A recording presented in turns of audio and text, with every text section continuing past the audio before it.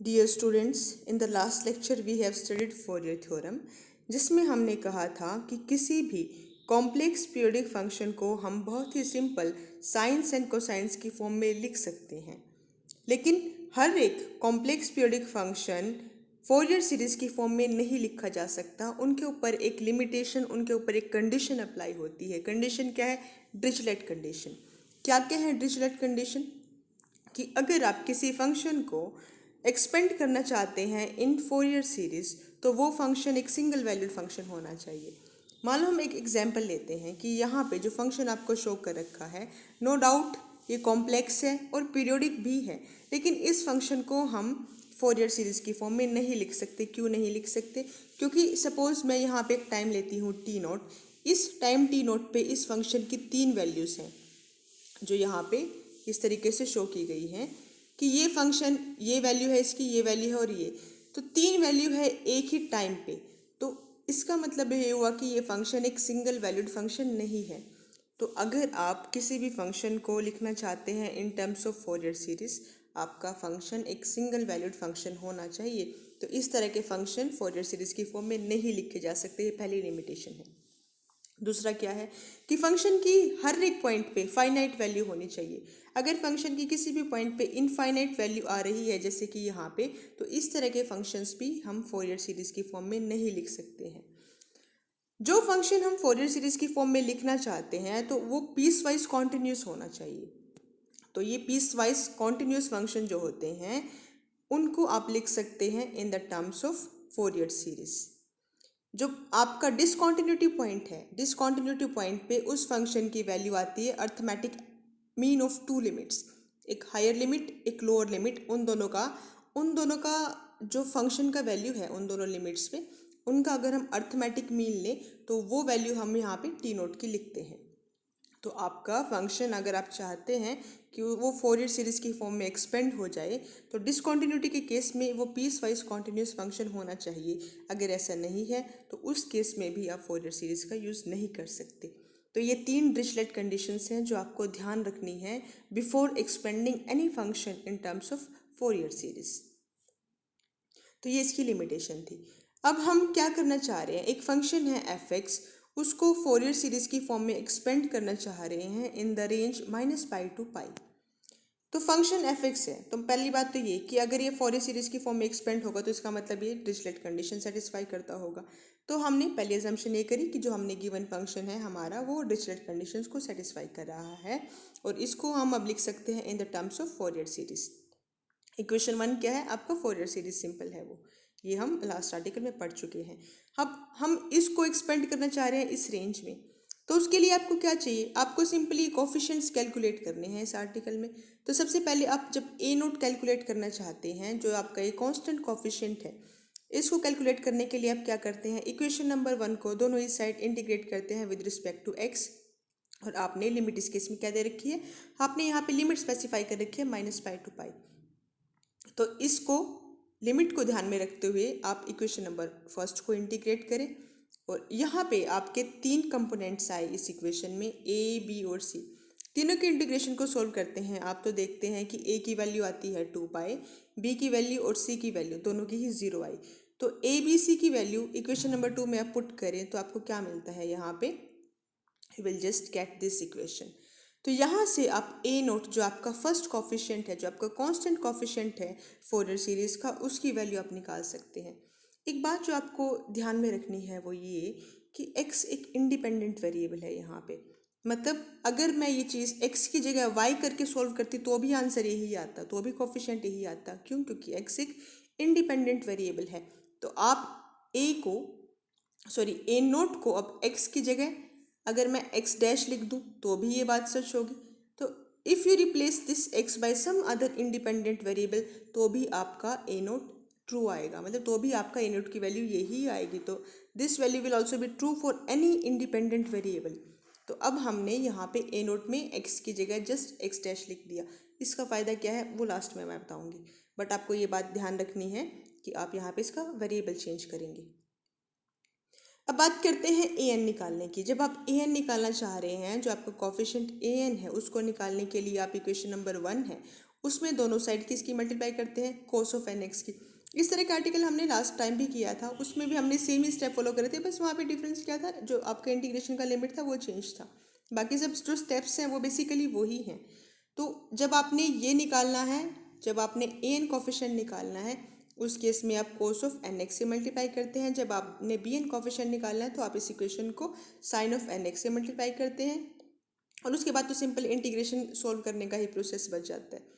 तो equation number 1 को आपने कोस ऑफ एन एक्स से मल्टीप्लाई किया, इसमें 3 आपके कंपोनेंट है, आपने तीनों कंपोनेंट को इंडिविजुअली सॉल्व किया, जहाँ से आपने देखा ए और सी की वैल्यू आती है 0 सॉल्व करने के बाद। स्टेप्स यहाँ पे लिखे गए हैं तो आप इनको एक बार गो थ्रू हो सकते हैं। और यहाँ से आपका जो बी की वैल्यू है सिर्फ वही नॉन जीरो आती है, कितनी आती है, बी की वैल्यू आती है पाई। तो आप इक्वेशन नंबर 4 में ए बी और सी की वैल्यू पुट करते हैं तो आपको वहाँ से मिलता है कॉफिशिएंट ए एन। जो ए एन कॉफिशिएंट है अगेन उसमें भी जो आपका x है एक इंडिपेंडेंट वेरिएबल है, तो x को आप किसी दूसरे वेरिएबल से चेंज कर सकते हैं। मान लो कि मैंने x को यहाँ पे फाइनल रिजल्ट लिखते टाइम x डैश से रिप्लेस कर दिया, जहाँ जहाँ आपका x था वहाँ पे मैंने x डैश लिख दिया। आपकी बुक में यहाँ पे v दे रखा है तो दैट इज़ ऑल्सो फाइन, आप कोई भी वेरिएबल चूज़ करें, this is up to you. Again जब हमने बी एन निकाला उसके लिए हमने क्या किया, दोनों ही साइड को इक्वेशन 1 में साइन एन एक्स से मल्टीप्लाई किया, इंटीग्रेट करा जो हमें गिवन लिमिट्स है उनमें, गिवन लिमिट्स है माइनस पाई टू पाई, और इंटीग्रेशन करने के बाद अगेन 3 कंपोनेंट आए, ए बी सी को सोल्व किया, यहाँ से हमारा जो सी है उसकी वैल्यू आई पाई। तो इन कंपोनेंट्स को इक्वेशन नंबर 6 में पुट किया, ये वहाँ से आपका बी एन कॉफिशेंट आ जाता है। बी एन कॉफिशेंट में भी अगेन जहाँ आपका एक्स था उसको आप किसी दूसरे इंडिपेंडेंट वेरिएबल से एक्स डैश से रिप्लेस कर देते हैं। तो आप इन तीनों ही, आपने ए नोट निकाला, ए एन निकाला और बी एन निकाला, उन तीनों को ही आप इक्वेशन नंबर 1 में पुट करें तो आपके पास जो ये कंडीशन आती है, तो जो ये एक्सप्रेशन आ रहा है ये आपका फाइनल फोरियर सीरीज एक्सप्रेशन है for this function in the limit minus pi to pi. अब बात ये कि हमने यहाँ पे एक्स डैश है या फिर कोई दूसरा वेरिएबल हमने क्यों इंट्रोड्यूस कराया, क्योंकि इस वाले एक्सप्रेशन में हम ऑलरेडी एक्स का यूज़ कर रहे हैं। ठीक है, नो डाउट हम एक्स को लेके सोल्व कर रहे हैं, लेकिन जब आप एक्सप्रेशन में यूज़ करेंगे, जब आप फाइनल एक्सप्रेशन लिखेंगे वहाँ पे कोई दूसरा वेरिएबल के टर्म में आप लिखेंगे, तो यहाँ पे आपका क्लैश ना हो वेरिएबल कि एक्स आप ऑलरेडी यूज़ कर चुके हैं, ये एक्स बार बार आप यूज़ ना करें। जो आपका इंटीग्रेशन में ये एक्स नहीं आ सकता, कोई दूसरा वेरिएबल आएगा, जो दूसरा इंडिपेंडेंट वेरिएबल आएगा, तो उस चीज़ को ध्यान में रखते हुए आपने ए नोट, ए एन और बी एन को लिखते टाइम एक्स डैश लिखा था एक्स की जगह। ठीक है, ताकि ये फाइनल एक्सप्रेशन मीनिंगफुल हो। तो ये बात थी जो आपको ध्यान में रखनी है। उसके बाद हम बात करते हैं स्पेशल केसेस की। पहला स्पेशल केस क्या है कि आपने फोरियर सीरीज लिखनी है किसी इवन फंक्शन की। यहाँ पे जो आपने फंक्शन एफ एक्स लिखा वो कोई भी रैंडम फंक्शन है, ये इवन भी हो सकता है, और मतलब this is some general function. लेकिन अब हम जो केस स्टडी करना चाह रहे हैं वो स्पेसिफिक फंक्शन हम स्पेसिफाई कर रहे हैं। फर्स्ट केस में हम इवन फंक्शन ले रहे हैं, सेकंड केस में हम ले रहे हैं ओड फंक्शन। अब इवन फंक्शन क्या होते हैं, आपने मैथमेटिक्स की क्लासेस में भी पढ़ा होगा कि अगर आपका F of minus x is equal to F X I, तो इस तरह के फंक्शन को आप क्या कहते हैं, इवन फंक्शन। लेकिन अगर आपका F of minus x equal to minus F X I तो वो होता है ओड फंक्शन।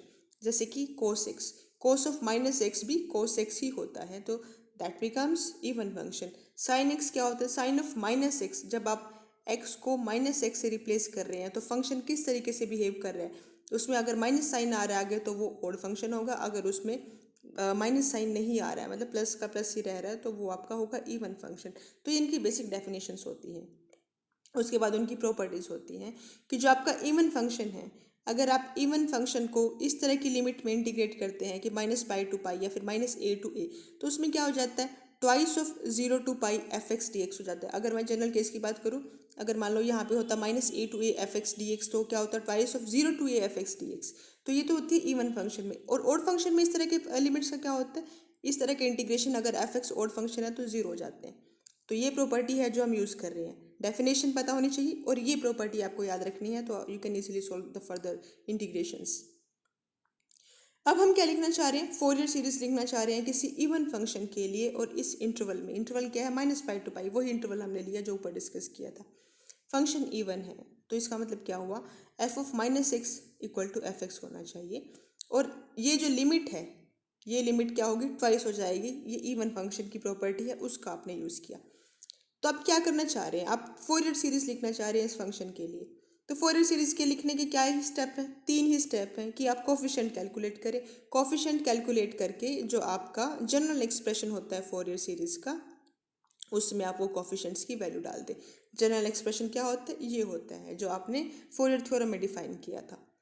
तो आप इसमें सबसे पहले ए नोट कैलकुलेट करेंगे। ए नोट कैलकुलेट कर रहे हैं आपका, आपने सिंपली ये कर दिया। ये कहाँ से आया, जो आपने पहले आर्टिकल किया था जिसमें एफ एक्स, एक जनरल एफ एक्स की बात करी थी, उसमें आपने ए नोट कैलकुलेट किया था। सेम ही स्टेप से आप डायरेक्ट उसका रिजल्ट यूज़ कर सकते हैं।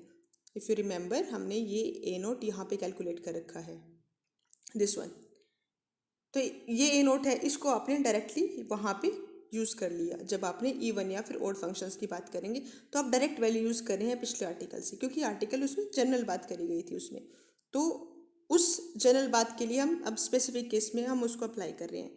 तो ए नोट आपको पता है ये है, लेकिन डिफरेंस क्या आ गया, डिफरेंस आपका अब एफ एक्स क्या है, एक इवन फंक्शन है।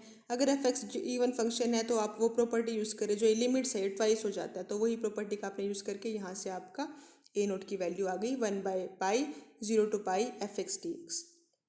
अब ए एन की वैल्यू कैलकुलेट कर रहे हैं। ए एन की वैल्यू में जब हम कैलकुलेट कर रहे हैं तो आपका जो इंटीग्रेशन में, अगेन ये टर्म हमने कहाँ से ली, जो लास्ट आर्टिकल था जिसमें आपने जनरल फंक्शन एफ एक्स की बात कर रखी थी, उसका रिजल्ट आपने ए एन वाला उठा लिया डायरेक्टली।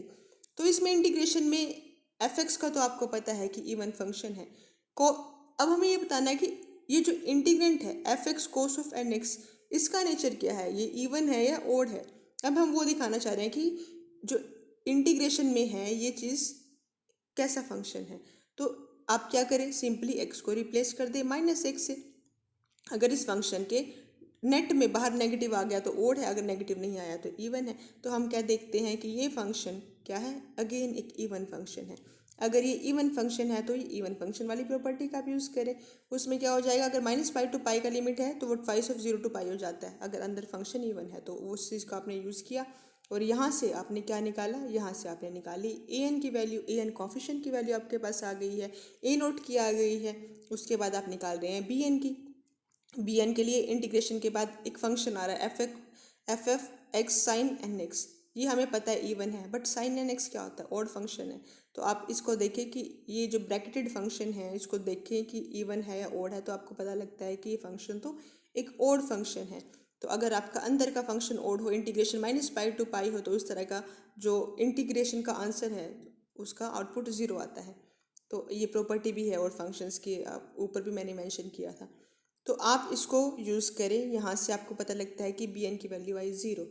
तो जो आपका फोरियर सीरीज़ किसी जनरल फंक्शन एफ एक्स के लिए इस तरीके से दिखता था, अब ये फोरियर सीरीज़ एक इवन फंक्शन के लिए रिड्यूस हो जाता है सिर्फ इन 2 कंपोनेंट्स में, कि आपका फोरियर सीरीज़ में सिर्फ और सिर्फ कॉस के, अब ए नोट तो क्या है, कांस्टेंट है, ठीक है, इसमें तो ना साइन है ना कोस है, this is just constant value, ये तो हमेशा ही फिक्स रहेगी।